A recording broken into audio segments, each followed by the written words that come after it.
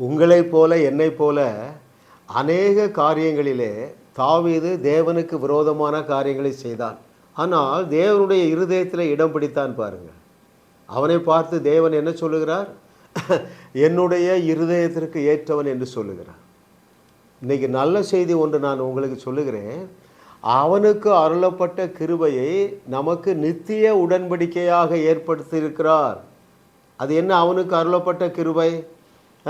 அவன் கொலை செய்தான், இன்னொருவனுடைய மனைவியை இச்சித்தான், தனதாக்கி கொண்டான்.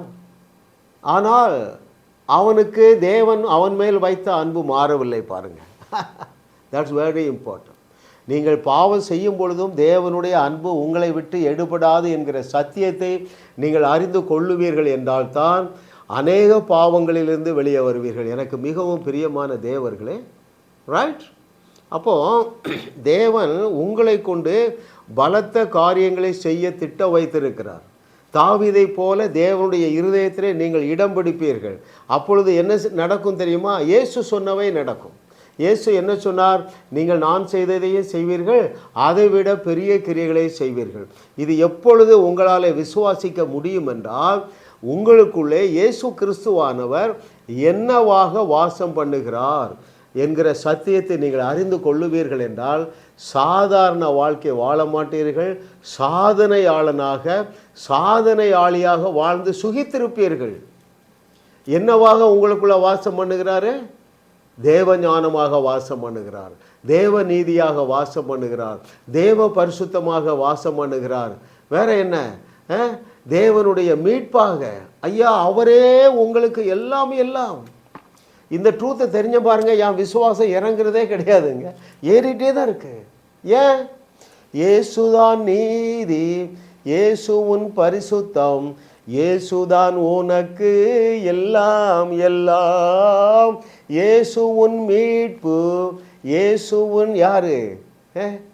ஞானம், பரிசுத்தம், பலனு, இவை எல்லாவற்றுக்கும் எல்லாமாக இயேசு கிறிஸ்து உனக்குள்ள வாசம் பண்ணுகிறதுனால, அதனால தான் நாம் குவாலிஃபை ஆகப்பட்டிருக்கிறோம். நம்முடைய நீதியெல்லாம் அழுக்கும் கந்தல் என்று உனக்கு தெரியும், எனக்கு தெரியும். என் நீதியெல்லாம் அழுக்கு கந்தல் என்று, அதாவது நியாயப்பிரமாணத்தின்படி.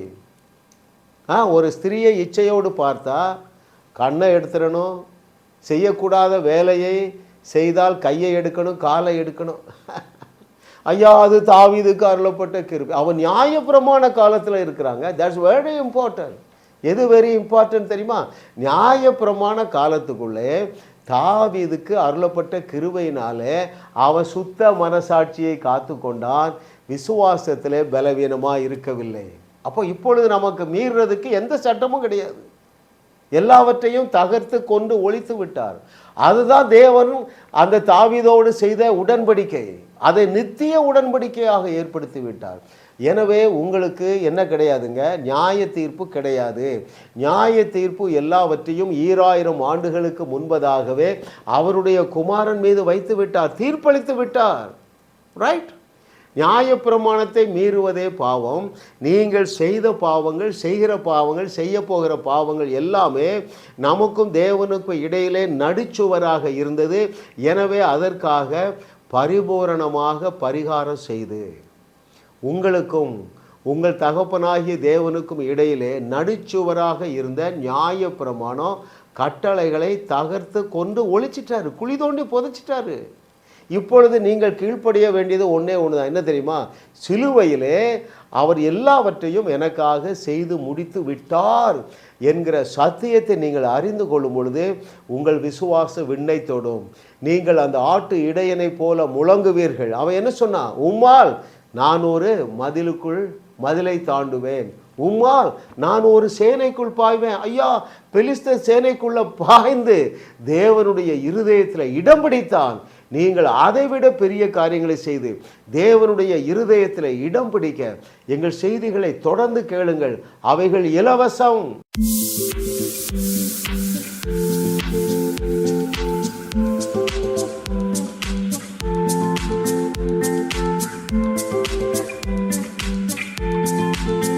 ஜாஸ் மினிஸ்ட்ரீஸ் யூடியூப் சேனலில் தொடர்ந்து செய்திகளை கேளுங்கள்.